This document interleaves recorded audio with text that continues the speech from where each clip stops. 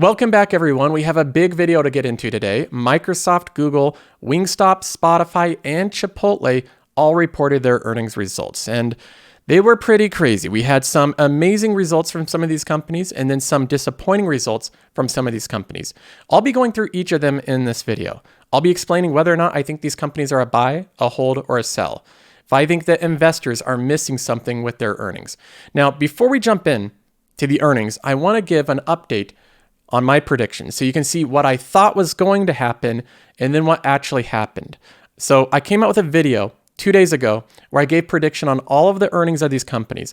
Here's the relevant portion with Google. We'll start off with Google. But the ad market just makes it a big unknown. I think they might have further deceleration in YouTube and their main search product. So I know it sounds like I'm not bullish on big tech. I promise you I'm bullish on Microsoft and Google, but I think in terms of this next earnings report, it's both a little bit questionable. I think with Microsoft, you're facing the FX headwinds. With Google, you're facing the ad market and the volatility of it. Right now, there are some advertisers pulling their budget. They're pulling spending.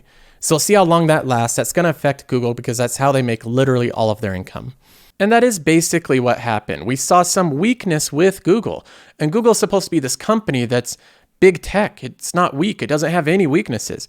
But we saw actually not even just a deceleration, but we saw YouTube going down in ad revenue for the first time ever. We have the latest data here in Qualtrim. If you haven't tried out this website, there's a link in the description below. It's part of the Patreon membership. But we have the latest number. Google revenued $69.09 billion. That is a 6.1% growth year over year. Now, Google is a company that's known for growing. For example, over the past 10 years, it's been about 17%. So it's decelerated down to 6%. And a lot of investors are scratching their heads saying, wow, Google's not growing anymore. The company's only growing 6%. This is a tech company, highly scalable advertising company that's supposed to be growing with YouTube and all this future tech things. They're scratching their heads saying it's not growing anymore. But this is why I say context is important. On a constant currency basis, which removes the variations and fluctuations in exchange rates, something that Google does not control, Google grew by 11%.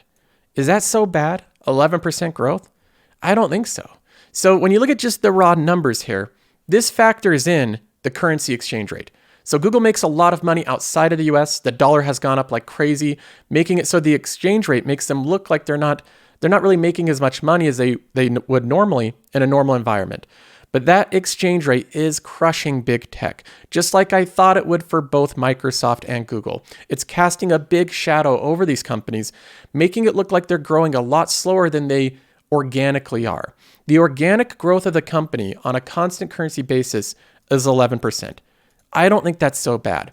There's other parts of this report that I think are worse for different reasons, but I don't think the growth is one of them. I think Google's still a company that, generally speaking, is growing at a decent pace, much faster than the S&P 500. If we look at this, they don't actually calculate free cash flow on their earnings report, but we have that calculated on Qualtrim. We have that right here.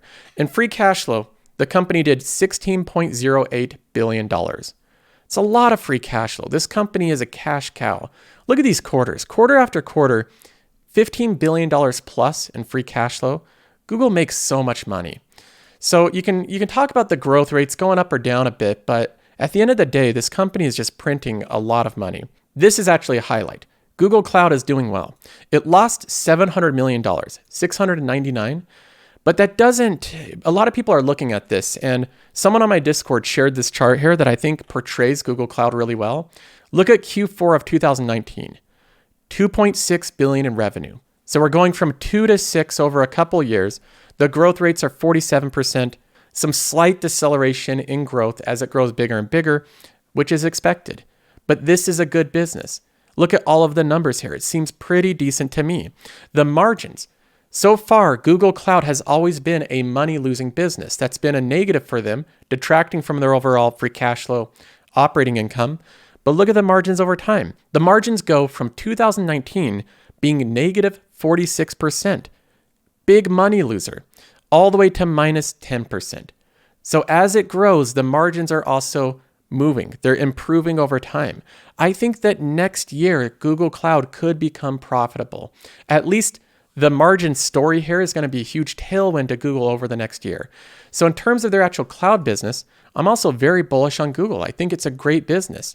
I think it will become, once this becomes profitable, I think investors will go, wow, this is one of the big parts of Google now. Like this is one of the most meaningful parts. So even the cloud business, I'm not too concerned about it. One of the things I don't understand about Google, and I think one of the downsides of the company, is I don't think they have as good of control over the costs of the company and their cost structure as a company like Microsoft. In fact, the number of employees year over year went up by 36,000. 36,000 is a lot of employees. And these aren't retail employees. I know that Amazon hires a lot of employees. They hire like 50,000 in a month, but Amazon is hiring warehouse workers that get paid minimal stock-based compensation. They're only making $20 an hour. The employees that Google are hiring are making hundreds of thousands a year with huge stock-based compensation packages that detract heavily from the shareholder every time they hire them. They get paid with stock that takes away the amount of buybacks Google can do. And when we look at how many people Google's hiring quarter after quarter, it seems like it's just getting out of control. Since 2021, the amount that they're hiring in additional employees is exploding, going up again to almost 13,000 employees, 12,700 last quarter, from 10,000 the quarter before, from 7,000 the quarter before. The amount of new additional employees every quarter is going up.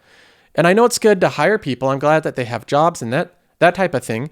But I look at this from a shareholder perspective and I just think, is this necessary? Other big tech companies aren't doing this. And is Google really launching all new products with all of these new employees? So that's one thing that I just highlight as a little bit concerning. It seems like they might have some costs out of control. I know that the CEO of the company basically said as much. He said, we need to slow down on hiring. That's one of the things that they highlighted. And they're going to try to cut some expenses to make the margins better. The long-term story of Google remains the same. The advertising market will continue to grow. More and more advertisers will move away from companies like cable TV providers, linear television, radio, and that type of thing. And those ads are going to end up on Google properties. Google's properties, which they have hundreds of different businesses, all of them having tons of users on them. Their core products like Google Maps, Google Search, their Drive, Gmail, all this different stuff, people are not moving away from it. They're still using it just as much. And I think that the long-term secular trends, I think Google will continue to grow. So when I'm looking at this company, I do not think it's going to be growing at 6% year over year for the next decade. I think it will grow much faster than that. And I think it's currently priced as if it's going to grow at 6% in perpetuity. I think that that's the slow growth rate that's being priced in it. If it exceeds those expectations, which I think it will, I think the company is right now underpriced. Now, of course, we have Microsoft. Let's go ahead and jump into that one. Microsoft here also had a disappointing reaction from investors. They were disappointed by this. It says Microsoft shares are trading lower despite the company's better than expected Q1 EPS and sales results. The company also said Azure revenue growth would drop in the current quarter. So Microsoft gave disappointing guidance. That's the reason the stock is dropping. They actually beat on their top and bottom line, earnings per share and revenue. That's something that does not surprise me. Microsoft will beat on their earnings like 16 out of 17 times. They almost always beat. But the big story for this company, again, is the cloud growth and their projections. Let me go ahead and jump to this table here. I think it's the most important breakdown of the company because it shows how much all of the different parts of it and the different segments grew. Azure and other cloud services grew 35%. On a constant currency basis, they grew 42%. Is that so bad? 35% growth and then 42% on a constant currency basis? I don't think that's so bad. I think the cloud is doing quite well. When I look at all of these businesses, which Microsoft owns, I think this is one of the best collection of businesses unified around a single company and then integrated all with Azure with all of the integrations going into that. I think Microsoft has the most powerful bundle in the market. They have enormous pricing power, brand recognition, and they're in every different category: consumer, business to business, they're in the government. They're just everywhere. I think it's just a wonderful company. So overall, I'm just not worried about Microsoft at all. I think this is one of the companies that I worry the least about, and this earnings report didn't give me any additional reasons to be concerned about this company. Azure is still growing. All of the businesses are still growing. in most cases, double digits. I think that the gaming portion will continue to grow when it gets out of the tough COVID comps, especially when they buy Activision Blizzard. This company has a lot of tailwinds, a lot of growth. They own a diversified portfolio of high quality businesses all tied together with Azure. And I think they're in a very unique place. Selling at a 24 PE ratio, I think it's a deal. I personally feel fine owning over $50,000 of it right now, and I continue to buy it. All right, so we've gone over Google and Microsoft. It's now time to go over Chipotle and Wingstop. Here's what I said concerning these type of restaurants, Chipotle and Wingstop. The valuation comes down substantially. I might jump into it. In terms of this earnings report, I'm gonna have to go with my bet that restaurant companies, quick service restaurant, Chipotle, Wingstop, I think these ones are gonna do well. I think both of them will beat their earnings expectations. I think they'll give good guidance. Because I do track the restaurant industry. I look at a lot of different restaurant companies. I look at quick service restaurants. I track companies like Starbucks, Texas Roadhouse, which I own, but I also look at McDonald's. I look at Chipotle. I look at all of these different companies. It's an area that I'm interested in. And we can look at Wingstop here. They just reported earnings this morning, and the stock is just flying. Look at this. We have a note here. What does this say? Wingstop shares are trading higher after the company reported better than expected Q3 earnings per share and sales results and raised financial year 2022 adjusted EPS guidance above estimates. That's not surprising to me. Again, that was my prediction because I view these companies right now as something consumers just love. Anytime I see consumers having extra money to spend, at least with millennials and the crowd that I'm around, I think going out to eat or getting food is one of the top priorities. And I think that might be a generational change. This generation, it seems like everybody just eats out for half the meals that they eat. So I just see that as a generational change. It's why I want to own restaurants like Texas Roadhouse, like Starbucks. I'm looking for opportunities in other ones like Wingstop and Chipotle. The reason that I didn't invest in Wingstop, I wish I had with the 17% bump after price, but I can't violate my own thesis and thought process here. The company's just too expensive. Trades at a 74 PE, and it has a lot of debt. So that rules out the investment for me. Outside of that, I think this is a wonderful business. Wingstop is a licensing business like Domino's Pizza. Incredibly good business model. Another one that reported their earnings was Chipotle. Chipotle actually did beat their earnings per share estimates. They missed on revenue slightly. They said that there's 1% less customers visiting Chipotle's. So people are visiting a little bit less frequently, but they're spending more because of price hikes. So basically, Chipotle used their brand value. They hiked prices slightly, and they made it so a couple people dropped off, but more people just paid more for the meals. Overall, their revenue grew as a result. So as of right now, even though Chipotle and Wingstop are both wonderful companies, I'm not buying either. I'm closer to buying Chipotle, but it's still at too high of a PE ratio, just a bit too pricey. I want the valuation to come down. Now, lastly, we have Spotify. Let's go ahead and take a look at what I predicted about Spotify's earnings report.